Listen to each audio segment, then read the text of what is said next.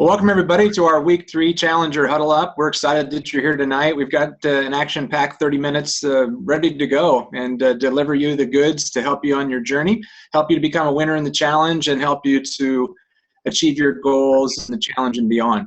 Tonight we're going to be talking about habits of healthy motion made simple. And just as a quick disclaimer, please consult your physician before you change up anything as it relates to your exercise or nutrition plan. A certified health coach, an independent health coach, is not a substitute for a healthcare professional. So before you try any of the things that we're talking about today, make sure you talk to your healthcare professional, because we don't know everybody's individual medical or physical activity limitations. My name is David Bush, and I'm a certified health coach, and I'm one of the leaders in the challenge. I'm here joined with Mr. Craig Blanchette, also one of our certified health coaches, and we're part of a team of individual health coaches that are really excited about helping America to get healthy. We've come together in the Health Games, as many of you already know, to kind of awaken America and awaken the world soon to come on how to create health in their life, using a fun game and a fun challenge and inspiring other people to join in community. Today we're going to kick things off with a quick survey. Craig, why don't you go ahead and kick off that first survey? Yeah, this first survey is my success at earning points so far is, and you can actually click multiple ones, but you're going to 60 seconds here where you guys will all, so grab your mouses and participate here. Oof. Yeah, we'd love to get some feedback from everybody just so that it helps us to better serve the challengers inside the challenge. And it's almost halftime, so if you're struggling to get points, we'd like to know about it so that we know how to get you some more information to become a winner in the challenge. Yeah, so we've got 30 seconds left, almost got everybody. You know, what's interesting is the folks that are tuning into the huddles on Tuesday nights seem to be more advanced challengers. We've got 87% of people are saying, I'm doing great, I earn points every day. And then only 7% are grabbing points only on the weekdays, but forget on the weekends. So almost 100% of folks that have been polled. So I'm going to end the poll here. We've 253 out of 293 voted. Good job, guys. Great. Thanks, everybody, for participating. As we shared last week, many of you are familiar with our Optimal Health Coaching Program. All of our health coaches are trained and certified through Villanova School of Nursing and the COPE program, which is the Center of Obesity Prevention Education. And Dr. Wayne Anderson's book, Dr. A's Habits of Health book and workbook, is where the content of the daily readings and the videos come from. A lot of you are already using some of our nutrition plans and products. If you have not become aware of what those are, they are an accelerator to challengers that want more predictable transformations. We've given away, I think, over 430 some odd scholarships to our program as a part of this challenge. Each and every challenge, we set aside a certain amount of incentive dollars to help individuals to get jump-started on their health journey using our program, and they get a free personal health coach that comes along with their nutrition plan. So if you haven't had a chance to learn more about this program, you're interested in more simplicity and more structure and maybe some more support, more personalized coaching, reach out to your team leader or challenge coach. Our tonight agenda is going to be action-packed with information about healthy motion. We're going to talk about non-exercise activity thermogenesis, which is excellently classified as N.E.A.T, something very simple for us to remember. We're also going to be talking about exercise activity thermogenesis, easy for me to say. And we're going to share some principles from Dr. Anderson's book, and specifically chapters 13 through 16. And so if you have that book and you've seen that before, then you could pull that out and look through it. If you don't have the book, it's okay. We're just going to pull a few tips and principles out of this book to help you to get moving towards a more healthy and fit lifestyle. So, Craig, I don't know about you, but this is where I got started in the health and fitness model. I wasn't in the game of getting healthy in the exercise category, and I had to take some baby steps. How about you? Yeah, my background was a little different. I had a professional athletics background, but what was real interesting about this is that I found that the exercise that I was doing primarily was trying to lose weight, and exercise was seemed like a bad math problem. I couldn't exercise enough to overcome the calories I was consuming. So, but yeah, so I had to recalibrate the value of exercise. But hey, look at those 6-packs. Are those 8-packs? What are those? Yeah, and so maybe some of you are kind of on the fence about this whole exercise thing, like these guys are, about whether or not they want to do the work to get the abs or just lean up against a chain link fence and get that fun 6-pack going, or maybe that's an 8-pack on that guy on the left. But wherever you are, I think you're going to pick up some ideas. And, if you're not getting real active right now, you're not alone. 60% of Americans don't exercise for more than 10 minutes a day. 25% of Americans are considered to be sedentary. They don't get any activity. And 50% of the people that start an exercise program quit in less than 6 months. And we're going to talk to some fitness professionals about why that is. And then if you've ever bought in some exercise equipment, you know that it quickly becomes a coat rack, or it becomes a dust collector in the basement or out in the garage, because oftentimes the energy and enthusiasm goes down the wayside just after 1 year of purchasing that piece of equipment. Now, if you just got something for Christmas, don't look all down and demised about your purchase or your gift, because we have some strategies that can keep you moving forward towards using that equipment versus just looking at that equipment. Craig, talk a little bit more about some of the barriers towards exercise and why people don't get jump-started on an exercise program. Well, one of the things that I think is, just the ones that you've listed here, motivation. Some of the time, people have used exercise primarily as a weight loss tool. And so you've worked out at a heavy, heavy weight. And so working out ended up being not really enjoyable. It was torture. And so, if you have in your mind that exercise was just really tough and really a bad thing, you may not want to do it. But, you don't have the right environment or support. I think that's probably the number one. For me, when I have other people that are working out, I don't hit the snooze button. I get up. When I have nobody showing up to work out with me, I hit the snooze button. And I'm a guy that loves exercise, and I still hit the snooze. So anyway, the energy, cost, motivation, all of those kinds of things. And ultimately, to work out for an hour a day takes about 60 minutes. So you do the math there, right? If you need to do 2 hours of exercise, you got about 2 hours worth of time you got to set aside for that. And so exercise can be time intensive. But it doesn't have to be that way, right? It doesn't have to start with an hour in the gym. And we'll talk maybe about some of those strategies that you can start doing today. I mean, before you go to bed tonight, we're going to give you some strategies that you can do to start focusing in on what you can do versus what you can't do. We're going to bring up another survey here. We'd like to have everybody participate and give us your best guess on how many pounds that you would put on if you ate 100 calories above and beyond what your body burned in a day, and you did that every single day for 365 days. So throw up that poll, Craig, and let's get everybody to come in and cast their vote. We got it. It's live. They are voting like amazing. It's exercise. Just voting is burning at least a half a calorie. Nice. This is like a calorie for every time you push that button. Yeah. All right. So cast your vote so we can keep moving forward, guys, because we want to get your feedback. Yep, we got 15 seconds left. By the way, this answer was in the challenge video on day number 11. Hopefully you're not just clicking to get those points. This is not about clicking and earning. It's about learning and burning calories. So I'm going to end the in 5 seconds. Cast your vote. You can do this on your mobile devices too, and underneath where it says more, you're able to do that on a mobile device. All right, so I'm going to end the poll. I'm going to show you the results here of what people voted. And you're probably going to tell us what the answer is, aren't you? So 54% of people thought it was 10 pounds a year. 26% thought it was 5, followed by 25 pounds, which is 14%. And nice.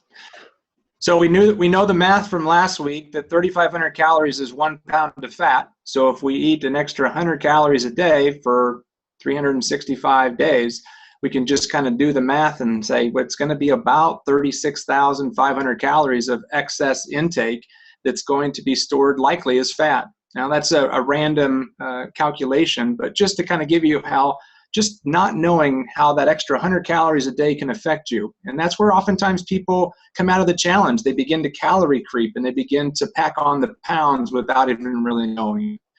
Now, this is maybe going to be a reminder for most people, the benefits of exercise, Craig. I mean, I don't know about you, but I pretty much knew the benefits of exercise. I just didn't know how I could fit it into my schedule and how I could make the time for it and enjoy it to actually get results. Any comments that you'd like to say on what really drove you to start doing the things that were going to move you forward in your exercise? Yeah, there's this concept, pain pushes and desire pulls. And if you think about it, we're all motivated at a base level by pain. But if we don't move beyond the pain to desire, then we'll just be stuck always gaining weight. Then we look in the mirror, ooh, emotional pain, got to do something to make some changes. We've got to get over that and start focusing.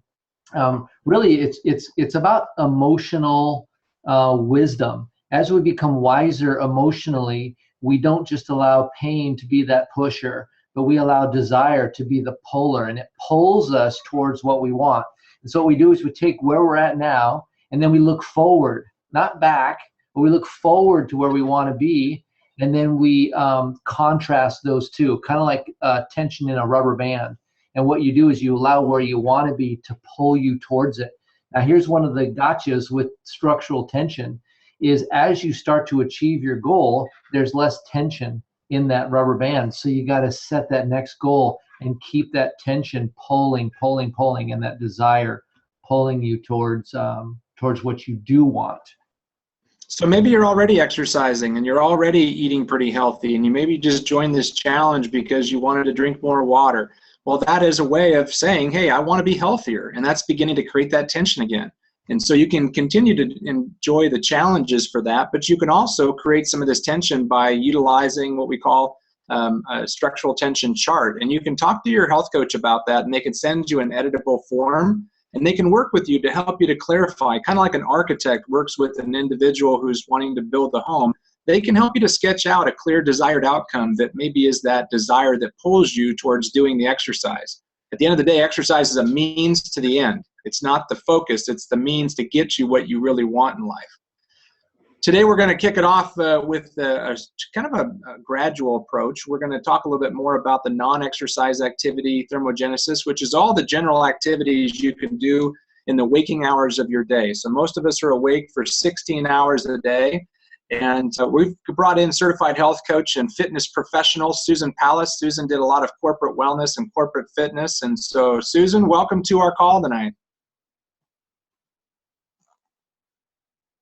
She unmute herself? I did. Now I'm there. There you are. Hey. Hey, Aaron. Thank you guys so much for all you do for us. It's been such an honor to work in this challenge. I have increased my water. I have gone to bed a little earlier. I love our new guide where it shows you put in the times that you go to bed and what time you wake up, and there's no lying, right? You can see exactly how much sleep you got. So I'm really enjoying this. Well, talk to us a little bit more about the goal of non-exercise activity thermogenesis, or easily said, N.E.A.T.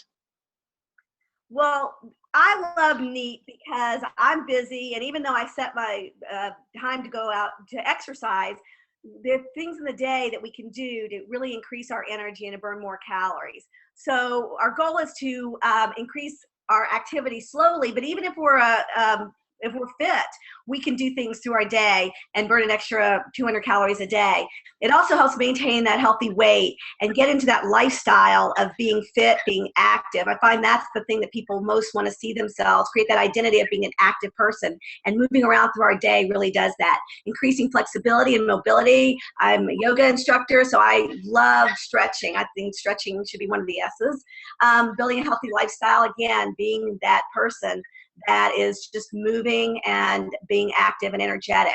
And then preparing us for those people that are just getting started, preparing them for vigorous activity. Well, in terms of the 6 S's that come from Dr. Anderson's book, it's something that takes a little bit of memorization before you can remember all 6 of these. But I'm going to have Susan, which is actually the seventh S when it comes down to it.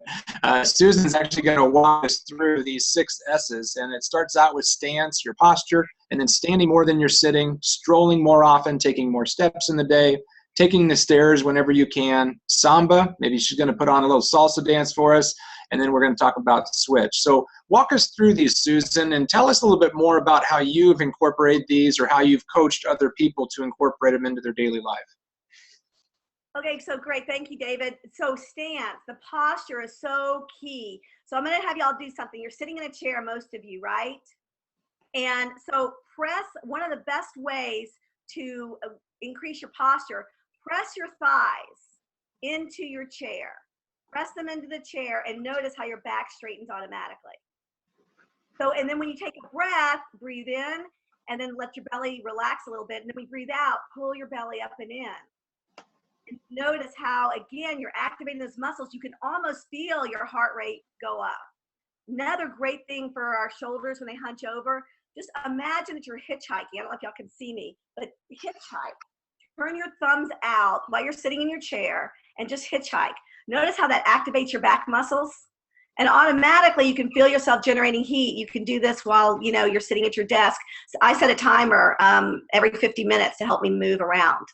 Again, the next one would be standing. So a lot of times what I'll do is I'll put books underneath my desk. And so I raise my desk so I stand up a lot. Or I'll take into a counter on my kitchen. I'll take my computer there. So I'll stand up while I'm working on my computer. I keep a little weight by my desk so I can just do some bicep curls while I'm on the phone. And hopefully I remember to switch sides, right? And then speaking about being on the phone, I'll walk around. I'll walk around my house. Another way to get my movements in, I didn't do this on purpose, but I've got a dog. I got a puppy.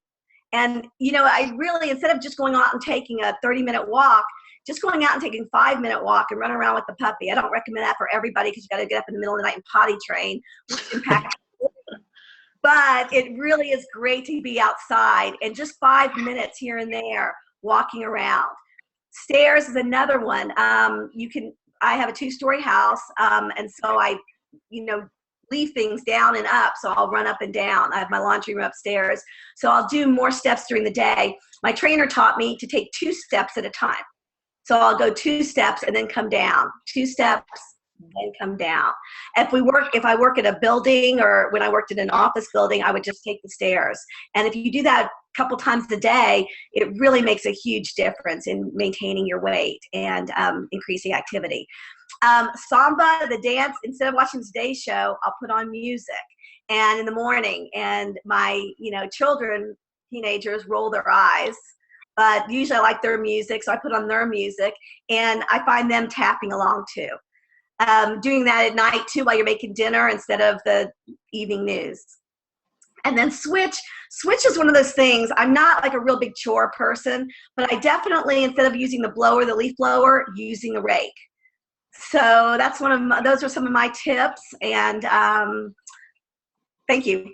Those are great, Susan. And just as a reminder, is that extra 200 calories of calorie expenditure every single day, comprised over 7 days and then 14 days. We got, 26 days left in the challenge. Just think if you just challenge yourself to try to get 200 more calories every single day, and you did that for 26 days, you'd have a significant amount of calories burned. You'd be accelerating your weight loss if that was a goal. And these are things that you can do. These don't require a gym membership. I mean, obviously the weight is one thing that maybe you could invest in, but at some level, this is a very entry-level opportunity to get healthier. Thanks so much for coming in and sharing that with us, Susan. The next thing we're going to talk about is the area of exercise activity thermogenesis. And this is a gradual approach. So until you've incorporated the 16 hours a day at your weight, let's focus on that first. Even if you're already a fitness buff, let's focus on trying to get some more exercise with normal standard daily activities. And then let's grow that into the exercise activity. And this is oftentimes what you would consider to be a workout. And so some of you may look at this picture and go, that's what working out is, but we're going to try to break that mold and just reinforce the fact that exercise and strength training and cardiovascular training is really what optimizes your health. And I'm going to bring in expert Alex McMillan. Alex is an expert in fitness. And Craig, why don't you go ahead and talk to Alex about the benefits of putting on muscle versus having that fat that just continues to slow down your metabolism. Yeah, I want to actually just toss it over to Alex. Alex is a world-class personal trainer and also an optimal health coach. So he's got a bunch of tips he's going to go through today to making exercise a simple thing that you can do, and do it where you can. So I want to bring on Alex. Welcome. Hey, Craig, thank you so much for having me on. You guys can get off the Oompa Loompa orange glow photo. Wow, that thing's like bright. Woohoo! Look at those teeth, too. Woo! Hey, right on. Well, I'm excited about this. If you have a health coach, I want to defer back and give you a little disclaimer about this side of things. If depending upon where you're at on your journey to optimal health, it's important to get the right amount of exercise for you. We did a video on this called Goldilocks exercise. So there is a Habits of Health video that will show you how to not get too little, too much, but just right. Okay, so work with your health coach on making sure that the fitness program that you're doing is the right fit for you based on that. Well, once you determine that it is time to start moving beyond just being NEAT, right, that non-exercise activity thermogenesis, you want to start eating. And what this is, wow, I get to eat and actually get healthy? Yes, we're going to do those exercise activity thermogenesis. And what that is basically burning some fat off your body, getting calories that producing and working for you. See, so many people think about calories as something that they want to stay away from. You actually need energy. You need calories. And so we're going to talk about making those calories do work for you so that you can look, feel, and live amazing, and that your body gives you the freedom that you actually want. And so the question I want to ask you back is your body right now like a guest chamber for your soul? Do you feel like you've just walked into the most amazing place, this chamber for your soul to be housed, or is your body like a prison right now? Does it feel like something that is just holding you back from living out the life you truly believe in and want? And if you would like to have more freedom or range of motion, and notice that what I'm talking about is more. I'm not saying you're going to be a world-class athlete. I'm not saying that you're going to be some person who's going to break all kinds of personal records and all these things. I'm talking about just being mobile and free. If that's what you want, then you want to get exercise in where you can fit it in. And I think David showed a really great photo earlier about, why people don't.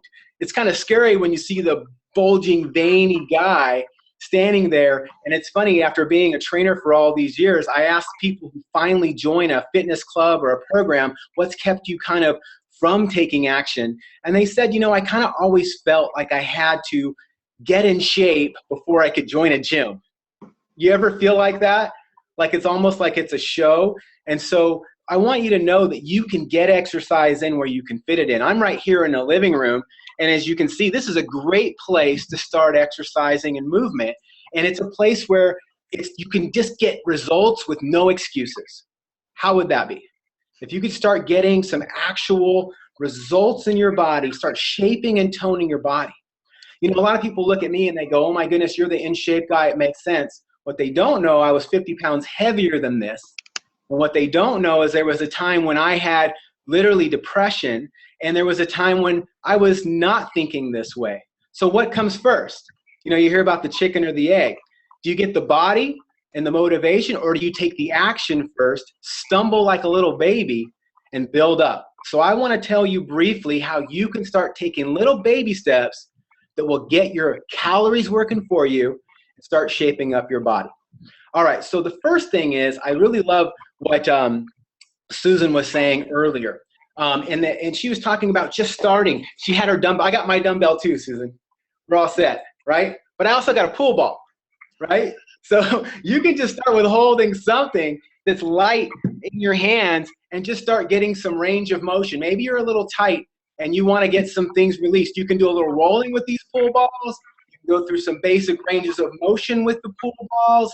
You don't need a whole lot of resistance. Maybe you're afraid of exercise and you just need to go through the motion. the first thing we want to establish in your body is range of motion, just getting things moving. So I'm going to ask you for a moment, if you're sitting down, just to stand up for a moment. You could just do that. Did you know, as Susan was saying earlier, that when you start standing, your metabolism increases immediately? You just doubled your metabolism from about 1 to 1.5 calories per minute from sitting to about 2 to 3 calories per minute just because you stood up. You 100% increased your metabolism by doing that. So by the fact that I'm actually standing up here having this conversation, I'm killing it right now, right? Now, if I want to take it to the next level, maybe I could add a little bit of motion up and down. So by starting to move, I'm going to show you something here. I'm taking this chair, and by doing this, okay, I just doubled my metabolism again. Now, what does that mean? So if I was only at 1.5, about a calorie to a calorie and a half per minute, and by standing I went to about 2.5 to 3 calories per minute, I just went to 5 to 6 calories a minute by just doing this. And that's if I'm in shape. If I'm deconditioned, which means I'm not in shape, you actually burn more calories because your body's not fit yet. So people who are out of shape actually burn more calories doing the same motion as a person who's in shape. That kind of works in your favor in the beginning. So let me make that real simple. You just start walking around the house, you start moving, you start adding a little resistance training, you start burning a lot more calories. But then as you start getting in shape, your body's becoming more fit. And as you get more fit, you don't burn as many calories, so you have to, guess what? What do you think you have to do as your body gets more fit?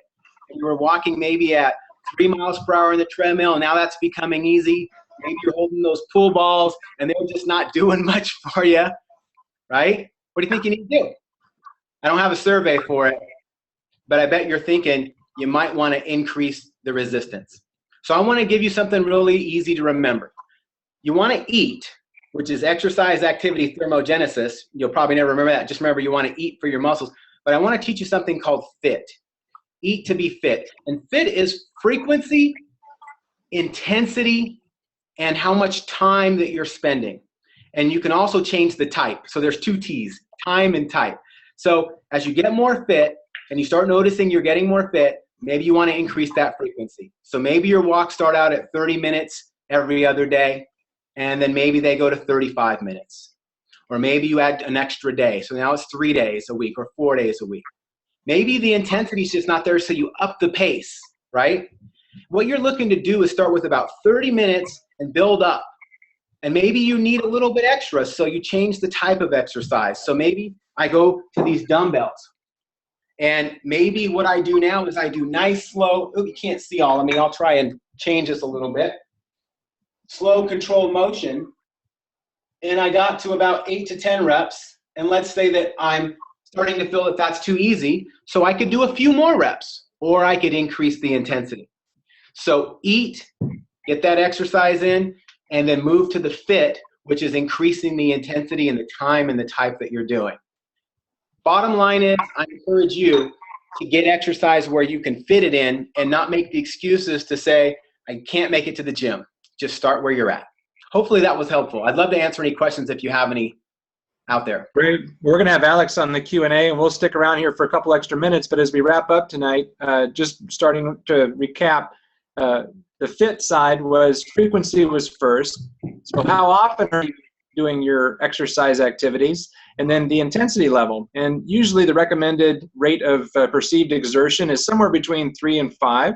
And Alex, anything that you want to add to that for somebody that's just maybe getting started or graduating their level of fitness?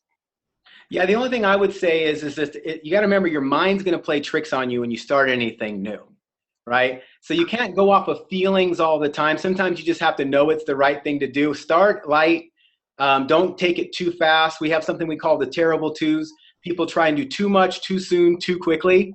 And that's where they start getting into trouble with their knees or their shoulders. You know, the strength and the stability is just not there yet. So just start with the range of motion. And then after you've been doing it for a few weeks, and again, go back to your health coach, and you can check with a fitness professional or trainer if you need a little more help. That's great. And remember that the T is time in the acronym FIT. If right now we'd like to challenge each one of you to make a note to yourself to go into your challenge team wall or the challenge main wall and post a comment about what you're going to do and plan it into your calendar. Make a commitment, be bold about it, and share it with your team. This is part of where the community and the coach can really help encourage you to be accountable to what you say you're going to do. Just by writing on the team wall that you're going to go sign up for, or you're going to go visit a gym, or you're going to go buy some dumbbells, or you're going to go buy some pool balls to start rolling your joints with. Anything that you can do, put that into your calendar. And as we wrap up tonight, we're going to talk about the exercise videos that are inside the Meltdown Challenge. So Craig, you want to go ahead and cast that survey? It's up. You guys, we're going to give you 30 seconds for this one. So vote quickly. And these polls, too, are going to help us to actually curtail the content so it's more accessible. Right now, we have 17% of folks that don't know that we have exercise videos. So that's good to know. We can put those up. Luckily, or thankfully, almost 60% of you know about them and probably have watched them. We got 5 more seconds. Cast your vote quick. 2, 1. All right, good job. Back to you. Want me to share those results? You want to go ahead and share where the videos are at? Oh, sure. Actually, I'm not prepared. I wasn't prepared to have that up in front of me right now. Do you have those up? Yeah, just let me pull this up real quick.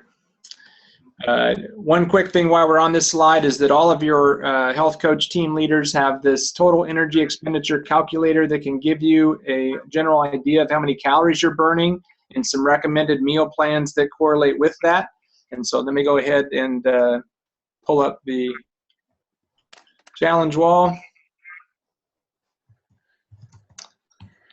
Whoops. There we go. So right here in the other important information on the main challenge wall, if you scroll or log into the challenge and you scroll down to the bottom of the points section, right here is where there's exercise videos, beginner and intermediate. You know what? And, I'm sensing a little bit of a pattern. It says other important information, and it looks like there's a lot of important information down there. We've got exercise videos. So if you haven't ever checked out that other important information, maybe you want to click around a little bit and you'll probably find some nice little goodies there. Yeah, just head on over to the other important information. Lots of great resources in there. And any final words as we wrap up tonight, Craig, to get them kicked off into week 3 of the challenge? No, it's just, we're coming into the halfway point. I encourage you to connect with your team leader or the coach that you have, your challenge coach, and give them an update on where you're at. If you're trying to lose 10 pounds and you're halfway through the challenge, have you lost about 5, right? So do an update on your goals, and I would encourage everybody to reach out and have a one-on-one session with their challenge coach, and just update them, because you may not be taking full advantage of some tools or some strategies that could help you achieve those goals. So that's what I would encourage you to do, and then make sure you set your calendars and your whatever type of alarm you have for next week to come back again. We've got a few more of these in store for you, and hopefully you're getting good value out of these.